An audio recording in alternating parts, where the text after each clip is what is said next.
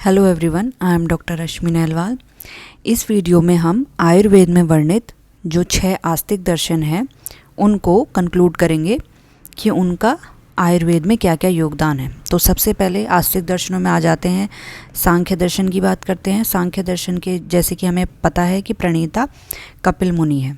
तो सांख्य दर्शन और आयुर्वेद में क्या सिमिलरिटी मिलती है? सबसे पहले सृष्टि उत्पत्ति क्रम, जो सांख्य दर्शन में सृष्टि उत्पत्ति क्रम बताया गया है वही सेम आयुर्वेद में भी लिया गया है, जो कि सुश्रुत संहिता द्वारा पूरी तरीके से सेम एज इट इज़ मान्य है।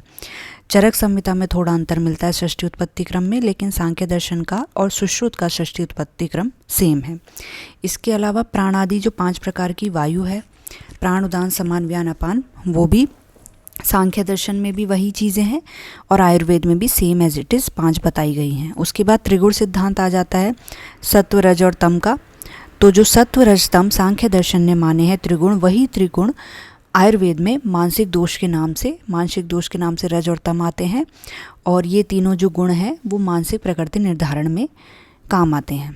उसके बाद देखते हैं सत्कार्यवाद, कार्यकारण सिद्धांत। जो सत्कार्यवाद सांख्य दर्शन में लिया गया है, यानी कि जो कार्य की सत्ता है वो कारण में पहले से ही विद्यमान होती है, वही आयुर्वेद में कार्यकारण सिद्धांत कहा गया है।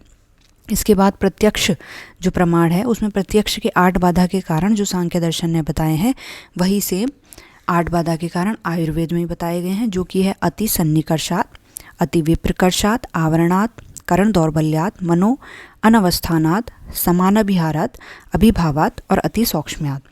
इसके बाद 3 प्रमाण हैं जो प्रत्यक्ष, अनुमान और आप्तोपदेश। ये 3 प्रमाण सांख्य दर्शन के द्वारा माने गए हैं और ये तीनों प्रमाण हमें आयुर्वेद में भी देखने को मिलते हैं। इसके बाद त्रिविध दुख जो है, जो कि है आधिदैविक, आधि भौतिक और आध्यात्मिक, यही तीनों दुख जो है आयुर्वेद में भी सुश्रुत संहिता द्वारा लिए जाते हैं। इसके बाद देख लेते हैं योग दर्शन। योग दर्शन के प्रणेता आचार्य है ऋषि पतंजलि। इन्होंने भी 3 प्रमाण माने हैं, वही अनुमान, प्रत्यक्ष और शब्द यानी आप्तोपदेश, और यही 3 प्रमाण हमें आयुर्वेद में भी देखने को मिलते हैं। दूसरा, इन्होंने जो प्राणायाम का वर्णन किया है योग दर्शन में, तो आयुर्वेद में भी कई व्याधि की चिकित्सा के लिए या फिर स्वस्थ वृत्त की दृष्टि से प्राणायाम का वर्णन आता है। उसके बाद जो अष्ट सिद्धि है योग दर्शन की, जिसमें कि आपके यम, नियम, आसन, प्राणायाम, प्रत्याहार, धारणा, ध्यान, समाधि आते हैं, तो ये अष्ट सिद्धि आयुर्वेद में भी मानी गई हैं। इसके बाद आ जाते हैं वैशेषिक दर्शन पे। वैशेषिक दर्शन के प्रणेता आचार्य कणाद मुनि हैं और इसके द्वारा दिया गया अधिकतर जो वर्णन है वो चरक संहिता में हमें देखने को मिलता है। वैशेषिक दर्शन ने 6 पदार्थ माने हैं, चरक संहिता ने भी 6 पदार्थ माने हैं, केवल उनके क्रम में अंतर बताया गया है। 9 कारण द्रव्य जो है वैशेषिक दर्शन ने माने हैं और 9 ही कारण द्रव्य जो है आयुर्वेद में माने हैं। खाद्यान्नात्मा मन कालो दिशश्च द्रव्य संग्रह। यहाँ पे भी क्रम का हमें मेन ध्यान रखना है कि क्रम वहाँ पर क्या क्या अलग अलग दिया गया है। उसके बाद जो वैशेषिक दर्शन ने 24 गुण माने हैं, उसमें से करीब 20 गुण आयुर्वेद में भी देखने को मिलते हैं। जो आयुर्वेद में हमने फर्स्ट चैप्टर में चरक सूत्र में 41 गुण पढ़े हैं, उनमें से 20 गुण वही हैं जो कि वैशेषिक दर्शन के 24 गुणों में भी आते हैं। इसके बाद आता है परमाणुवाद और पीलूपाक। परमाणुवाद और पीलूपाक जैसे कि हमें पता है कि क्या कहता है कि किसी भी परिवर्तन के समय किसी वस्तु में जो चेंज आते हैं वो उसके परमाणु लेवल पे आते हैं, तो ये कहता है परमाणुवाद या पीलूपाक। और यही सेम सिद्धांत जो है आयुर्वेद में भी हमें देखने को मिलता है। 2 प्रमाण इन्होंने माने हैं, प्रत्यक्ष और अनुमान, और दोनों के दोनों प्रमाण हमें आयुर्वेद में भी देखने को मिलते हैं। इसके बाद आता है न्याय दर्शन। न्याय दर्शन के जो ऋषि हैं वो है अक्षपाद गौतम। न्याय दर्शन ने क्या क्या बताया है? जो सिद्धांत के भेद बताए हैं। 4 प्रकार के सिद्धांत है, सर्वतंत्र, प्रतितंत्र, अभ्युपगम और अधिकरण सिद्धांत। ये न्याय दर्शन ने भी सेम माने हैं और चरक संहिता में भी विमान स्थान 8 में जहाँ वाद मार्ग दिए गए हैं, सिद्धांत के 4 प्रकार यही दिए गए हैं। उसके बाद छल आता है, तो न्याय दर्शन ने जो छल के भेद बताए हैं वो 3 बताए हैं और चरक संहिता में विमान स्थान में वाद मार्ग में जो छल आता है उसके 2 प्रकार बताए गए हैं। तो छल के जो 3 भेद हैं वो आते हैं सामान्य छल, वाक छल और उपचार छल, और जो 2 भेद आचार्य चरक द्वारा विमान स्थान में बताए गए हैं वो है सामान्य और वाक छल। उसके बाद न्याय दर्शन ने ये 4 प्रकार के प्रमाण माने हैं।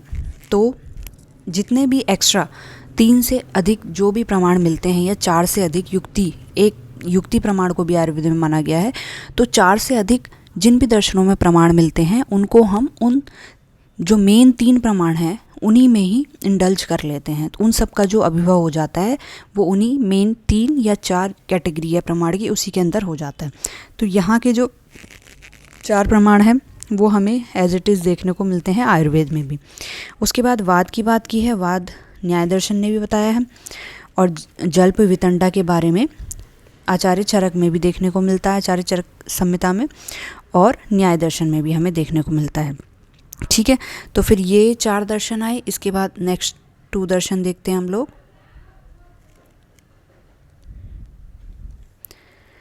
जो कि है मीमांसा और वेदांत दर्शन। तो मीमांसा दर्शन और वेदांत दर्शन का बहुत ज़्यादा योगदान नहीं है, परंतु योगदान इनका भी देखने को मिलता है आयुर्वेद में। मीमांसा दर्शन के प्रणेता आचार्य जैमिनी है, और धर्म यज्ञ आदि में इस दर्शन ने ज़्यादा बल दिया है। तो धर्म यज्ञ आदि का प्रयोग जैसे कि हम देखते हैं आयुर्वेद में भी मिलता है। आयुर्वेद में कहाँ मिलता है? आयुर्वेद में जो भी देव व्यापाश्रय चिकित्साएँ हैं वो उन सभी में यज्ञ आदि कर्मों का प्रयोग होता है। साथ ही जैसे कि एक एग्जाम्पल मिलता है कि ज्वर में भी विष्णु सहस्त्र नाम आदि का पाठ करने के लिए दिया गया है, उसकी चिकित्सा के लिए। उसके अलावा विभिन्न प्रकार के यज्ञ आदि की जो कल्पनाएं हैं, इतिहास है, वो आयुर्वेद में भी देखने को मिलता है विभिन्न प्रकार की कहानियों में। उसके बाद जो प्रमाण इन्होंने दिए हैं मीमांसा दर्शन ने, वो दिए हैं प्रत्यक्ष, अनुमान, शब्द, उपमान, अर्थापत्ति। जैसे कि मैंने बताया कि जो भी 3 से एक्स्ट्रा या 4 से एक्स्ट्रा प्रमाण है उसका जो अभिभव कर लिया गया है वो मेन 3 प्रमाणों में ही कर लिया गया है। उसके बाद वेदांत दर्शन आता है। वेदांत दर्शन के जो प्रणेताचार्य है वो आचार्य वेदव्यास है, जिन्होंने क्या दिया है? पंचीकरण सिद्धांत। पंचीकरण सिद्धांत क्या कहता है कि जो पंच महाभूत है उसमें प्रत्येक महाभूत में 50% भाग, यानी आधा भाग तो उस पर्टिकुलर महाभूत का है और बाकी का आधा भाग बाकी बचे हुए 4 महाभूतों का है। ये कहलाता है पंचीकरण सिद्धांत, और इसी सिद्धांत को आयुर्वेद में भी माना गया है महाभूतों के निर्माण क्रम में।